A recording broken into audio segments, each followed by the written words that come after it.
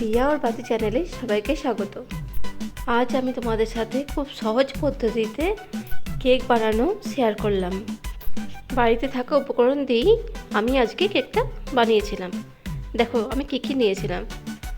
1 cup মতো ময়দা, 1 cup সুজি, 1 কাপ দুধ, 1 কাপ গুঁড়ো দুধ, 1 কাপ তেল, রিফাইন্ড তেল, 1 কাপ চিনি, একটু কাজু, একটু কিশমিশ, বেকিং পাউডার, বেকিং সোডা আর হাফ চামচ মতো ভ্যানিলা এসেন্স। প্রথমেই আমি সুজিটা মিক্সিতে একটু গুঁড়িয়ে নিলাম। এরপর এর মধ্যে চিনিটা দিয়ে দিলাম। চিনিটাও একটু গুঁড়িয়ে নেব।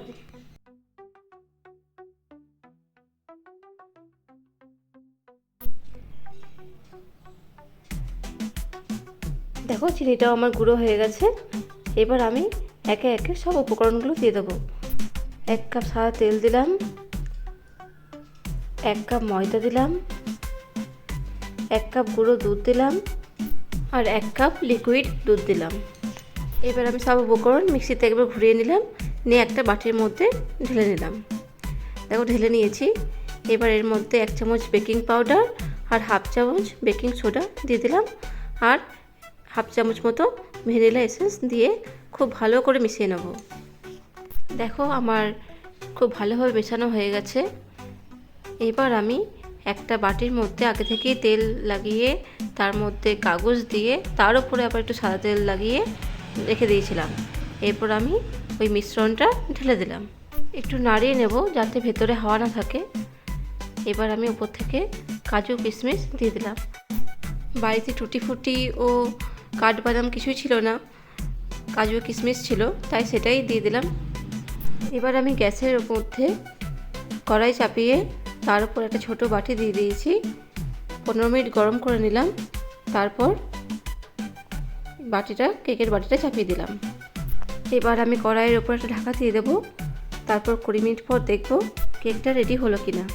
এবার আমি তোমাদের দেখাবো কুকারে কি করে কেক বানানো যায়। আমি একটা ছোট বাটি নিয়ে নিয়েছি। বাটির মধ্যে তেল লাগিয়ে তার উপর কাগজ দিয়ে দিয়েছি। তার উপর একটু মিশ্রণটা দিয়ে দিলাম ও কাজু কিশমিশটা দিয়ে দিলাম। এবার আমি কুকারের মধ্যে দিয়ে দেব। কুকারের সিটিটা খুলে দিতে হবে। কুকারটাও আমি 10 মিনিট গরম করে নিয়েছি ও তার মধ্যে একটা ছোট বাটি দিয়ে দিয়েছি। এবার কেকের বাটিটা বসিয়ে দেবো।